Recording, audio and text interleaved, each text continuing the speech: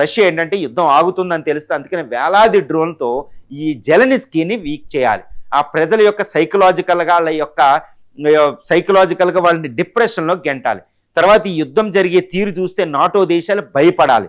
కొత్త కొత్త ఆయుధాలు రష్యాలో ప్రతిరోజు ఒక కొత్త ఆయుధం కనిపెడుతూ ఉంటారు. ఆ ఆయుధాలన్నిటినీ యుద్ధ భూమిలో ఉపయోగిస్తుంది. SU-57 లాంటివి.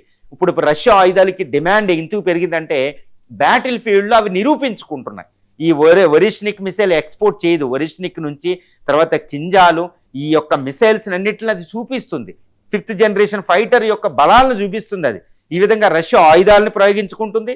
యుద్ధ విరమణ లోపు ఎంత వీలైతే అంత భూభాగాన్ని లాక్కోవడానికే యుద్ధం జరుగుతుంది తప్పితే జెలెన్స్కీని మరణించే అవసరం చంపేయడానికి ట్రై చేస్తుంది. కానీ రష్యా యుద్ధాన్ని పూర్తిగా చేయడం కాదు. నాకు తెలిసినంత వరకు ఎట్టి పరిస్థితుల్లో కొన్ని వారాల్లో అక్కడ యుద్ధం ఆగిపోతుంది. ఈ లోపులో ఎవరి డిమాండ్లు వాళ్ళు ఫుల్ఫిల్ చేసుకోవడానికి బేరసారాలకు మాత్రమే ఆ యుద్ధం ఇంత పై స్థాయికి విజృంభిస్తుంది. గత 5వ సంవత్సరంలోకి ఎంటర్ అయింది కాబట్టి యుద్ధం తప్పనిసరిగా ఆగబోతుంది.